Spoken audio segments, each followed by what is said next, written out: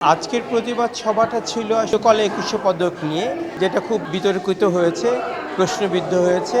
যিনি পেয়েছে তার জন্য নয়, কিন্তু প্রক্রিয়াটাতে ভুল হয়েছে। তো আমি আশা করব যে এই যেই প্রক্রিয়ায় দেওয়া হয়, যে ক্রাইটেরিয়াটা দেওয়া হয়, যে একজন শিল্পী সাহিত্যিক যারা এই অঙ্গনে কাজ করছে, যার অঙ্গনে, যে এইটা আসলে একটা লম্বা একটা জার্নি। অনেকেই ৫০-৬০ বছর পর্যন্ত এই জার্নিতে কাজ করেছে, এখনও বিদ্যমান আছে। এদেরকে আসলে এই পুরস্কারটি দেওয়া হয়।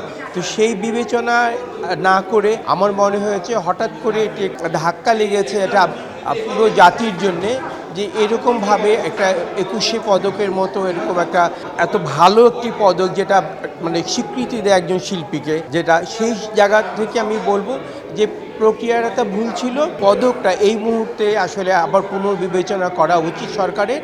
আর যেহেতু এই পদকটি ২০ তারিখে দেওয়া হয়, আর খুব একটু সময়ও নেই, তা আমার মনে হচ্ছে যে এখনই একদম সময়, যেই সময়টাতে এটাকে স্থগিত করা এবং নতুন করে অন্য কোনো শিল্পীর জন্য এই পদকটি নির্ধারণ করা। সে পদক কিন্তু একটা বেসরকারি দ্বিতীয় সর্বোচ্চ একটা পুরস্কার। সেখানে মন গড়া করলে তো হবে না, আর স্বজনপ্রীতি করলেও চলবে না।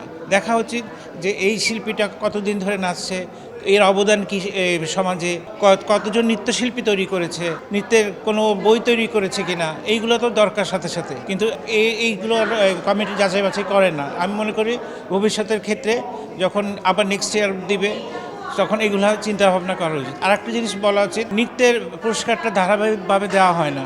১ বছর দেওয়া হলে আবার ৩ বছর গ্যাপ যায়, আবার দেয় না। কিন্তু অন্যান্য বিষয় যেমন গান, অভিনয় প্রতি বছর দেওয়া হচ্ছে, কিন্তু নৃত্যের বিষয়ে দেওয়া হয় না। এই জিনিসটা যাচাই বাছাই করা উচিত। তাকে নিয়ে আমার কোনো বক্তব্য নেই, কিন্তু তার একটা ইন্টারভিউ দেখে আমি হতাশ হয়েছি। সে বলেছেন যে আমি জানি না আমাকে দিয়েছে, কিন্তু যখন মন্ত্রণালয় থেকে তাকে ফোন করা হয়েছে, আমি হলে কখনই আমি এই পদকটি গ্রহণ করতাম না।